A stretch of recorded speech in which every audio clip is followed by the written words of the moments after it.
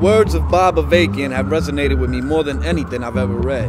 There was one section that motivated me more than any other in the book. This section that I mentioned says a lot in very few words that can help overcome defeatism, which is something that plagues so many of the people that I try to reach in here. I'm one of 3 prisoners that I'm aware of that received revolution on this yard.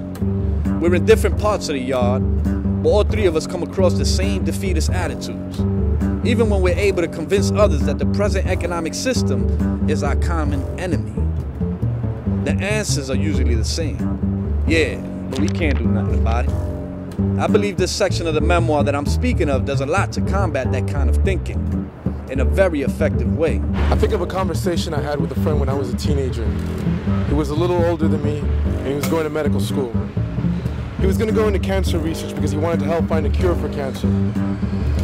It has been many decades since that time, and while some advances have been made in treating cancer, it's still a scourge. It hasn't yet been eliminated. A cure, to put it that way, hasn't been found.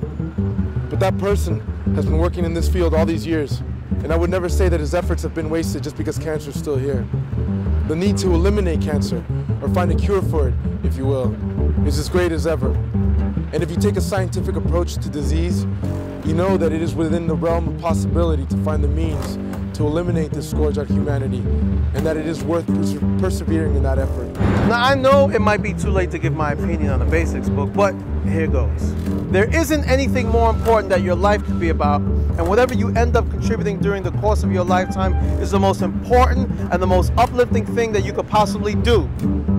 It's from the last paragraph on page 445 of From Ike to Mao. The same applies to the question of uprooting, overturning, and abolishing these horrendous relations of exploitation, oppression, and plunder on which this system is based and on which it thrives, along with the wars that are waged and the destruction and despoliation of the environment that is carried out as a result of its workings and the actions of those who rule it. The need to eliminate this system and bring something much better into being is even more profound than the need to find a cure for cancer. And if you've taken up a scientific approach to investigating, learning about, and changing reality, then you know that the means can be found to do that.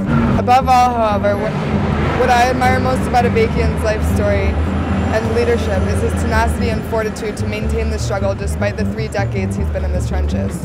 His reflections about his friend who went into cancer research to find a cure for cancer years ago, even though a cure still hasn't been found after all these years, is a poignant reminder of what it means to be committed to any struggle. I think that Bob Avakian said it best when he said that. If you've had a chance to see the world as it really is, there are profoundly different roads you can take with your life.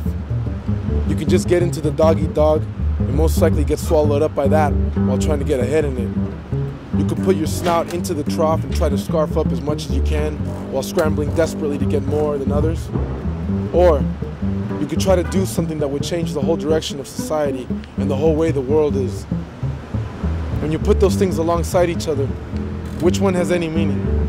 Which one really contributes to anything worthwhile? When I first read that a few years ago, it made my heart race.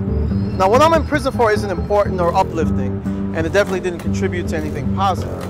It's quite shameful, to be honest. I only wish, if I had to be here, was for a sacrifice I made for the people. Your life is going to be about something, or it's going to be about nothing. And there's nothing greater your life can be about than contributing whatever you can to the revolutionary transformation of society and the world, to put an end to all systems and relations of oppression and exploitation and all the unnecessary suffering and destruction that goes along with them.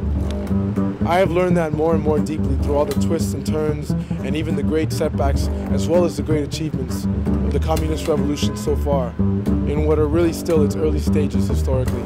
Prisoners can really understand it when it's put in these terms. With that said, I'm gone. In solidarity from the state of Indiana. From a California prison. From a California prison.